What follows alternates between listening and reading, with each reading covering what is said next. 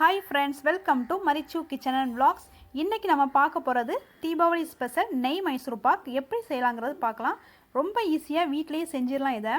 Friends, video skip பண்ணாம ஃபுல்லா பாருங்க. அதுக்கு முன்னாடி நம்ம சேனலை நீங்க புதுசா பார்க்கறீங்கன்னா மறக்காம Subscribe பண்ணிட்டு கூடவே பக்கத்துல இருக்க பெல் பட்டனை கிளிக் பண்ணிட்டு ஆல்ங்கற ஆப்ஷனை கிளிக் பண்ணிக்கோங்க. அப்பதான் நான் போடுற வீடியோஸ் வந்து உங்களுக்கு நோட்டிஃபிகேஷன்ல காட்டும்.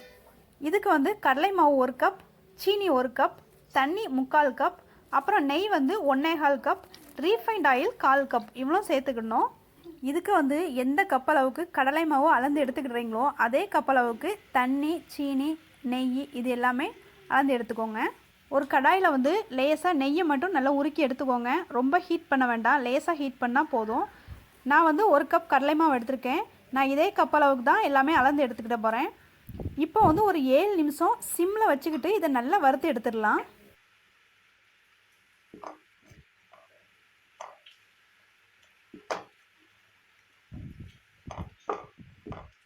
மாவை வந்து 7 நிமிஷம் நல்லா வறுத்து எடுத்ததுக்கு பிறகு நல்லா சலிச்சு எடுத்துக்கலாம்.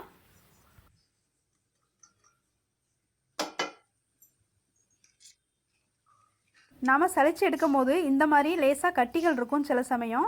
அதனால தான் நம்ம சலிச்சு எடுக்கிறது. கண்டிப்பாக மாவை இந்த மாதிரி வறுத்து எடுத்து சலிச்சு எடுத்துக்கோங்க. அப்போ தான் கட்டி விழாமல் நல்லா வரும்.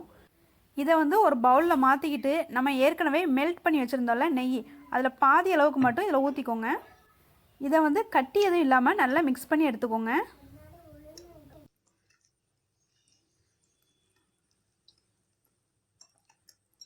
நான் வந்து இந்த மாதிரி மாவை நல்லா கட்டி இல்லாமல் கரைச்சி எடுத்துக்கிட்டேன். அப்புறம் வந்து சர்க்கரை பாகு ரெடி பண்ணிடலாம். நான் வந்து கடலை மாவு எந்த கப் அளவுக்கு அளந்து எடுத்தனோ அதே கப் அளவுக்கு 1 கப் சுகர் எடுத்திருக்கேன்.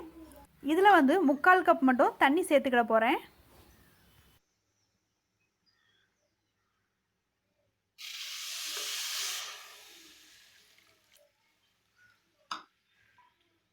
தண்ணி சேர்த்த பிறகு சுகரை நல்லா கரைச்சி விட்டுக்கோங்க.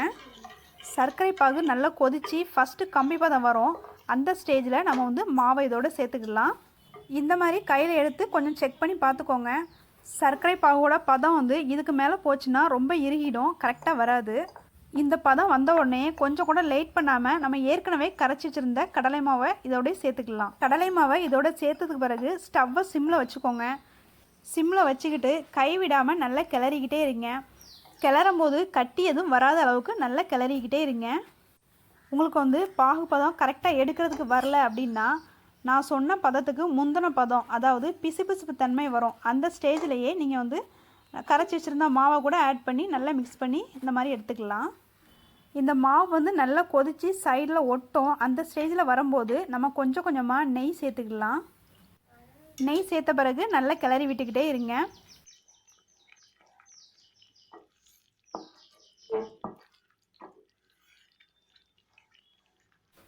இதில் வந்து நீங்கள் எவ்வளோ நெய் சேர்த்தாலும் மாவு வந்து உறிஞ்சிக்கிட்டே இருக்கும். அதனால் மாவு உரிய நெய் சேர்த்துக்கிட்டே இருங்க. நாம் வந்து எவ்வளோக்கு எவ்வளோ நெய் சேர்க்குறோமோ அவ்வளோக்கு அவ்வளோ இது டேஸ்ட்டாகவும் சாஃப்டாகவும் வரும். இதில் வந்து 1 பங்கு நெய் சேர்த்திங்கன்னா 1/4 பங்கு மட்டும் எண்ணெய் சேர்த்துக்கோங்க. ஏன்னா எண்ணெய் சேர்த்தா தான் உங்களுக்கு அந்த சாஃப்ட்னஸ் நல்லா வரும். ஃபுல் அண்ட் ஃபுல் நெய் சேர்த்துக்கிட்டாலும் ரொம்ப இறுகிடும். கொஞ்சமாக எண்ணெய் கூடயே சேர்க்கும் போது ரொம்ப இறுகாமல் கரெக்டான பதத்துக்கு வரும்.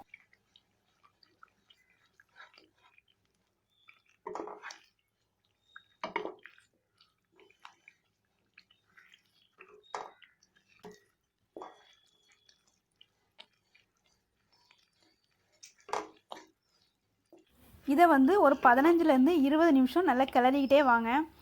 இதை வந்து 15 நிமிஷம் ஆனதுக்கு பிறகு கை விட்டு இந்த மாதிரி செக் பண்ணி பாருங்கள்.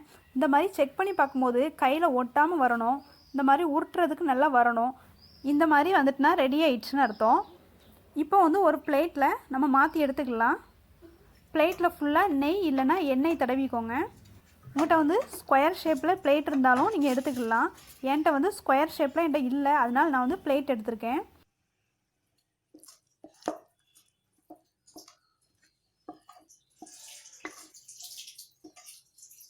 இதை வந்து பிளேட்டில் ஊற்றுனதுக்கு பிறகு லேசாக ஷேக் பண்ணி விட்டுக்கோங்க. இந்த மாதிரி இதை வந்து அப்படியே ஆற விட்டுட்டு ஒரு 20 நிமிஷம் கழித்து நம்ம பீஸ் போட்டு எடுத்துக்கலாம். ஓகே, இப்போ 20 நிமிஷத்துக்கு பிறகு நான் பீஸ் போட ஆரம்பிச்சிட்டேன். இந்த மாதிரி தட்டோடு சேர்த்து நல்லா அழுத்தி கட் பண்ணுங்கள். அப்போ தான் பீஸ் வந்து கரெக்டாக வரும்.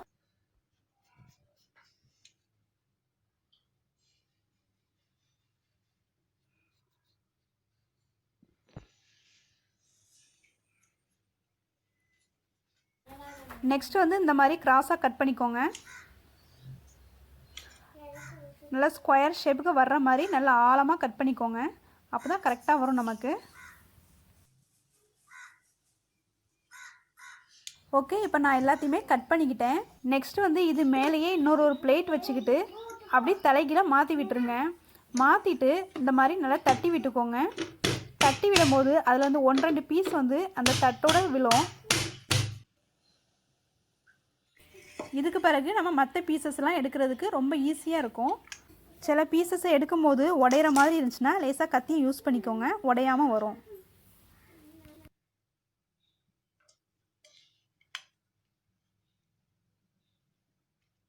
ஃப்ரெண்ட்ஸ், இந்த மைசூர் பாக் வந்து ரொம்ப சாஃப்டாக நல்லா வந்திருக்கு. கண்டிப்பாக இந்த தீபாவளிக்கு நீங்கள் வீட்டில் ட்ரை பண்ணி பாருங்கள். ட்ரை பண்ணி பார்த்துட்டு இதை வந்து உங்கள் ஃப்ரெண்ட்ஸ்க்கு வந்து கண்டிப்பாக ஷேர் பண்ணி விடுங்க. நம்ம சேனல் பிடிச்சிருந்துச்சுன்னா லைக் பண்ணுங்கள். அப்புறம் வந்து நம்ம சேனலை நீங்கள் புதுசாக பார்க்குறீங்கன்னா மறக்காமல் சப்ஸ்கிரைப் பண்ணிக்கோங்க. கூடவே பக்கத்தில் இருக்க பெல் பட்டனை கிளிக் பண்ணிவிட்டு ஆளுங்கிற ஆப்ஷனையும் கிளிக் பண்ணிக்கோங்க. அப்போ தான் நான் போடுற வீடியோஸ் வந்து உங்களுக்கு நோட்டிஃபிகேஷனில் வரும்.